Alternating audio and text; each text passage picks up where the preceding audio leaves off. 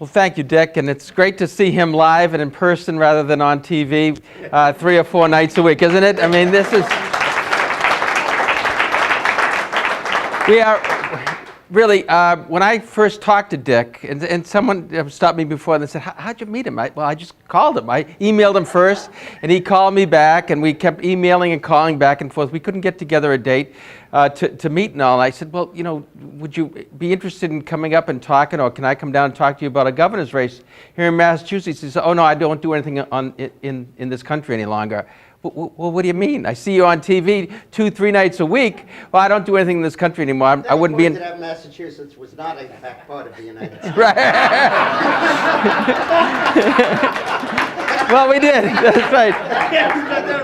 And I said, do you understand that I'm running against Barack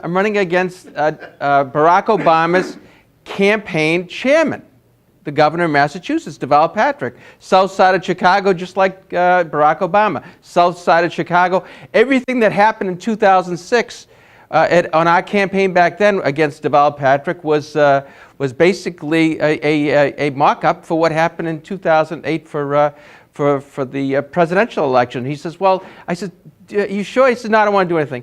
So I said, do you know anything about me? He said, oh, I know all about you with the big dig stuff and everything like that. I said, well, could we maybe just talk about it? And he said, oh, okay. And we got together and we talked and all, and the rest is history. But I am thrilled that Dick is our chief strategist, and that he really is leading the way, I think, for a resurgence for Republicans on the national level. And seriously,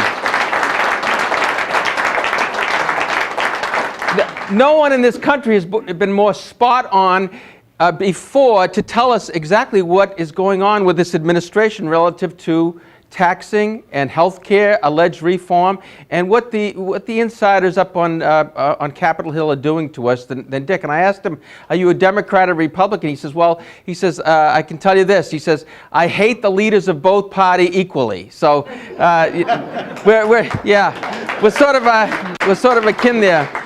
But as I was just, I never really come with a script, folks, all right? I'm really as unscripted as anybody can. But let me just tell you, I met a lady tonight, her name was Dylan, and she said, why would you ever want to do this? Why would you ever want to run for governor and be subject and part of these stories each and every day, these problems that come forward each and every day that seem insurmountable? People, you know, why? And it really comes down to the fact that I'm a son of Massachusetts. I've always lived here, I always will, and I'm just so embarrassed about what has happened to our home state. Yeah. At one point we had 16 congressmen in this Commonwealth. It looks like when the next census comes around, we're going to be down to 9. We had great job creation, 92, 93, 94, 95, and now we're, 48th, 49th in the country in far as job creation goes. We're 5th in the nation in local and state taxes. We got to go up against New Hampshire, that's 29th, Maine's 21st, and Vermont is even 13th or 14th. And just the burden of what is happening here going forward, I just see my own kids wanting to live possibly someplace else. And like I said it in 06, I'll be damned if I'm going to get on a jetliner to go have to visit my kids in another state and see my grandkids when they ever do come. There's something wonderful about my home state that we're losing right now. And we don't have to fear this. We don't have to be afraid of what's happening to us.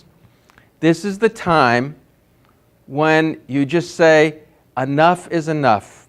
We're going to cross this line, and we're going to take back our government. We're going to get involved, and we're going to make a difference. We're going to make a difference. And I'll tell you how I see it. If you go on our website, Christy2010.com, 3 days a week, now we're going to go to 3 nights a week, we have this thing called Christy Live, where you can dial in, pick up the phone, call me. I'm at the other end of that screen, basically, and ask me any question that is on your mind. Any question. I'm interviewing I want you to be my boss. So you better get out all your thoughts, all your issues, any questions you have in your mind, you better get them out now, folks. All right? But and I'll tell you, I'll work with people on policy and programs, but I'll never change principles. But you better get on that. If you want someone that is unscripted, no one takes those calls basically and says, well, what do you want to talk to Christy about? Like you do on Howie Carr or Jay Severin or Michelle McPhee. You see us right there, press the thing, speakerphone, you're up and you're live basically. And you can ask me any question you want. Now, when I asked the pros about this, they said, what are you, sick? You don't do anything like that. You're running for governor, don't you? You're not running for, high school president or anything. This isn't a joke. You're running for governor. Well, if you don't come with all you have, and you don't bare yourself, and it's total disclosure, full transparency, and that's what I think is missing today in the political process. We're all so damn scripted. And you can't say this about that because you'll offend this one or that one. And I may be with you on 99 issues, but bang, that one issue you're against me, you're gone, basically. You got to put up with that. That's what it is, right? But this is not the time to be afraid of the future. This is the time. Really. We have so much to be proud about. We have so much to be proud about. And the thing that we should be most proud of is that this is the time to take back the Beacon Hill fiasco, the Capitol Hill fiasco, and really tell people and show people what we're made of, all right? Everything started in this country, this revolution started right here. And a few weeks ago, I was with Joe Manzoli. We were at Sudbury, Concord, Arlington, Cambridge, Boston, and back to Sudbury that night doing campaign stops and everything. And I asked him, I said, I'm really tired right now, and I never admit I'm tired. I said, but would you just take me by, I really want to just take me by Lexington Green, all right? And I just went, seriously, this is a true story. I went to Lexington Green. I said, he let me out of the car. I said, I just want to be by myself a little bit.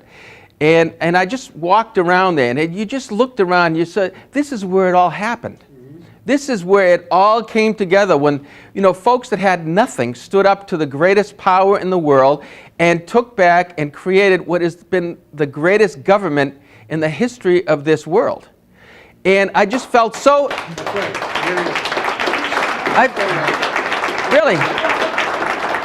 I felt so proud of what they did, and I felt so humbled that how could I feel tired?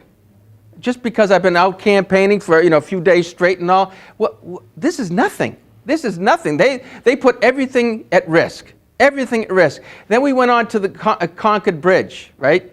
And that was a trip in itself, all right? So I'm saying to you, this is not the time to be reticent. This is not the time to step back. This is not the time to let the professionals and the big Pauls and big business, big labor, big government, and big media take over.